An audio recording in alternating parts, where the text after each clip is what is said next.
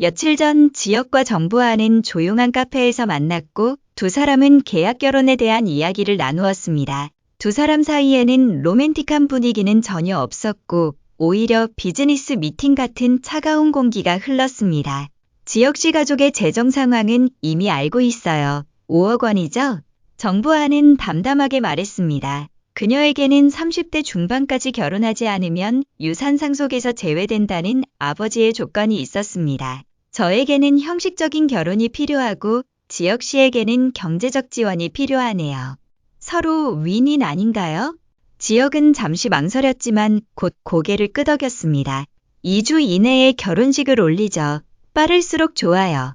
동의합니다. 사랑 없는 결혼이지만 서로 원하는 바를 이룰 수 있으니까요. 정부와의 아버지 역시 지역을 아주 마음에 들어했습니다. 명문대 출신의 성실한 성격, 그리고 무엇보다 딸에게 순수한 사랑을 요구하지 않는 현실적인 남자라는 점이 마음에 들었습니다. 둘의 계약 결혼은 완벽하게 합의된 상태였습니다. 사랑도 감정도 개입되지 않은 순수한 거래였습니다. 며칠 후 지역은 온 가족을 거실에 모았습니다. 평소보다 진지한 표정으로 가족들 앞에 서자 모두가 긴장한 기색을 보였습니다. 가족 여러분, 저 결혼합니다. 순간 정적이 흘렀습니다.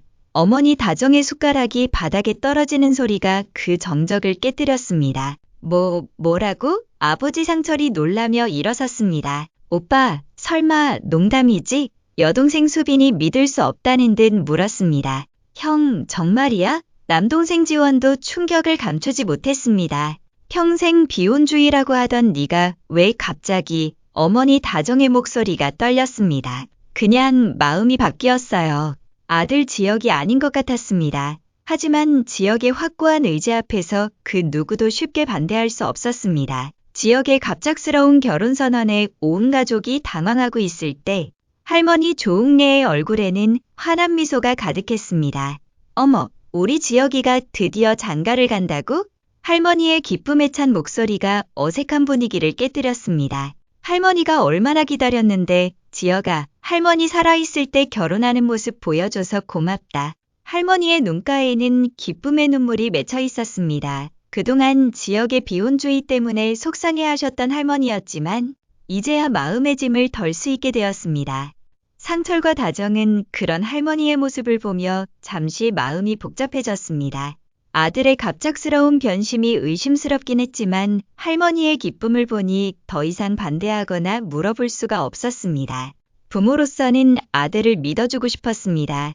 비록 이해할 수 없는 급작스러운 변화였지만 지역이 내린 결정이라면 지지해주는 것이 부모의 도리라고 생각했습니다. 할머니 기뻐하시는 모습 보니까 우리 아들 결정을 믿어보자. 이렇게 해서 상철과 다정은 의구심을 품으면서도 아들의 선택을 존중하기로 마음을 정했습니다.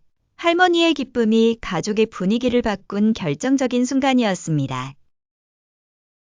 화려한 한정식 집에서 양가 상견례가 열렸습니다. 정부와의 아버지는 여유로운 미소를 지으며 말했고 상철은 위축된 모습으로 고개만 끄덕였습니다. 그럼 결혼식 날짜를 언제 잡으신 건가요? 상철은 아들의 갑작스러운 결혼 발표도 당황스러웠지만 더욱 당황스러운 것은 상대방이 이렇게 큰 집안의 딸이라는 사실이었습니다. 자신의 초라한 현실이 더욱 도드라져 보였습니다. 정부와의 어머니는 온화한 미소로 다정에게 말했습니다. 지역씨 정말 좋은 분이네요. 저희 부하가 좋은 사람 만났어요. 하지만 상철과 다정은 내심이 모든 상황이 석연치 않다고 느끼고 있었습니다. 너무 갑작스럽고 너무 과분한 조건이었습니다. 상견례가 끝나고 집에 돌아온 다정은 남편에게 조심스럽게 물었습니다. 당신 화 한 번도 안 내고 참더라. 자존심 안 상했어? 상철은 대답 대신 깊은 한숨만 내쉬었습니다. 사실 그는 이 모든 상황이 의심스럽고 믿고 있던 아들에게 결혼한다고 통보를 받으니 화가 났습니다. 하지만 현실적으로 이보다 좋은 조건을 만날 수 있을 것 같지도 않았고 무엇보다 아들이 워낙 확고한 의지를 보이고 있어서 상견례까지 온 마당에 더 이상 반대할 수도 없었습니다. 설마 이런 아들의 선택이 퇴직 후 직장을 못 구하고 있는 자신과 백수인 동생들 때문인 거냐고 큰 소리로 묻고 싶지만 자존심보다 현실적으로 모른 척 해야만 했습니다. 한편 지역은 성재와의 술자리에서 담담하게 말했습니다. 나 결혼한다. 후회 안 하겠어? 후회할 것도 없어. 이건 그냥 내 현실적인 선택이야. 지역에게 이 결혼은 사랑이라는 감정과는 무관한 일이었습니다. 평생 비혼주의를 고집해왔고 지금도 그 신념은 변하지 않았습니다. 다만 현실적인 필요에 의해 형식적인 결혼을 선택했을 뿐이었습니다. 지역의 결혼 소식은 은호에게 큰 충격이었습니다. 수정이 들뜬 목소리로 전해준 소식이 계속 머릿속에 맴돌았습니다. 지역 선배 결혼한대. 상대는 건설사 회장 딸이라던데 완전 재벌가야. 그 순간 은호는 깨달았습니다. 나하고 지역 선배가 안 어울리는 이유가 이거였어.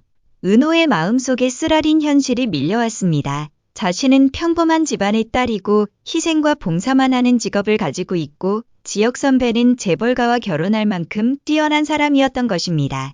6년간 품어왔던 마음이 얼마나 현실성 없는 꿈이었는지 뼈저리게 느껴졌습니다. 내가 뭘 기대했던 거지. 선배는 애초부터 다른 세계 사람이었는데 은호의 마음속에는 실망과 후회, 슬픔이 복잡하게 뒤엉켰습니다. 6년간의 일방적인 사랑이 한순간에 무너져 내리는 것 같았습니다. 하지만 그것보다 더 아픈 것은 자신의 현실을 직면하게 된 것이었습니다. 그날 밤 은호는 잠을 이루지 못했습니다. 지역에 대한 마음을 정리해야 한다는 생각뿐이었습니다. 하지만 그 마음 정리라는 것이 얼마나 고통스러운 일인지 뼈저리게 느꼈습니다. 며칠 후 은호는 결심했습니다. 성재에게 말하는 그녀의 얼굴에는 모든 것을 체념한 듯한 공허함이 가득했습니다. 마지막 정리하러 갈 거예요. 내 짝사랑 보내주러. 성재는 그런 은호의 팔을 붙잡았습니다. 은호야, 그러지 마. 하지만 은호의 마음은 이미 정해져 있었습니다. 6년간의 일방적인 사랑을 깨끗하게 정리하고 싶었습니다. 성재는 은호의 절망스러운 모습을 보며 마음이 찢어질 것 같았습니다. 그동안 은호 곁에서 지켜보며 키운 마음, 은호가 지역 때문에 아파할 때마다 자신이 대신 그 상처를 받고 싶었습니다. 하지만 은호의 눈에는 여전히 지역만이 보였습니다. 은호야. 성재의 목소리에는 애틋함이 가득했습니다. 지역이 때문에 너무 아파하지 마. 한편 지역은 홀로 자신의 방에서 회사 서류들을 정리하고 있었습니다. 그에게 은호는 후배이자 동료일 뿐이었습니다. 은호가 자신을 좋아한다는 것을 알고는 있었지만 그에게는 그저 부담스러운 감정일 뿐이었습니다. 이제 결혼하면 은호도 포기하겠지. 지역에게는 가족의 생계가 최우선이었고 개인적인 감정은 사치였습니다. 고성희의 사무실 깊숙한 곳에는 아무도 모르는 서랍 속 비밀 공간이 있었습니다. 그 안에는 25년간 모아온 사진들과 자료들이 가득했습니다. 모두 한 사람에 관한 것들이었습니다. 바로 은호에 관한 모든 것이었습니다.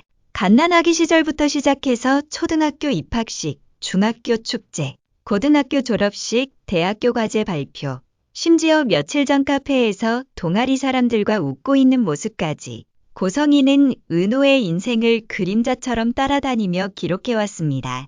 고성희는 가장 오래된 사진을 들여다보았습니다.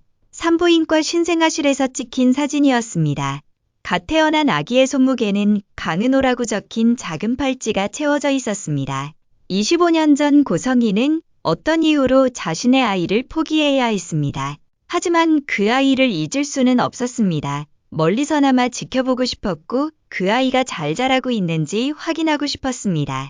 이제 직접 만날 때가 됐구나. 고성희가 은호에게 인테리어 디자인을 의뢰한 것은 우연이 아니었습니다. 25년간 준비해온 만남이었습니다. 하지만 그녀는 자신의 정체를 드러낼 수 없었습니다. 혹시 은호가 자신을 거부할까봐 지금까지 쌓아온 은호의 평범한 일상을 망칠까봐 두려웠습니다. 난 꽤 멋지고 신선한 디자인을 좋아하는 사람이에요. 디자인 비용으로 3천만 원. 어때요? 3천만 원이라는 거액은 은호에게 더 나은 미래를 선물하고 싶은 어머니의 마음이었습니다. 은호는 놀라움과 기쁨이 교차했지만 놀라움이 더 큰 표정이었습니다. 그런 큰 돈을 저 같은 신인에게요?